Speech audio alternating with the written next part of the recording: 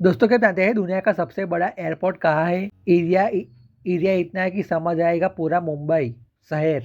उत्तर प्रदेश के जेवर में नोएडा इंटरनेशनल एयरपोर्ट बनकर तैयार हो चुका है और जल्द इसकी उद्घाटन होने जा रहा है।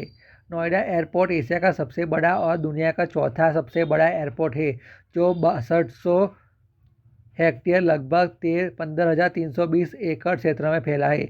इस बीच जानते हैं कि दुनिया का सबसे बड़ा एयरपोर्ट कौन सा है, जि, जिसका क्षेत्रफल इतना है कि मुंबई जैसा शहर भी समझ आएगा।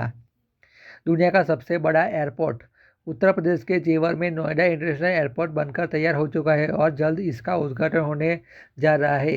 देश के प्रधानमंत्री नरेंद्र मोदी के कार्यक्रम में इसका शुभारंभ होगा।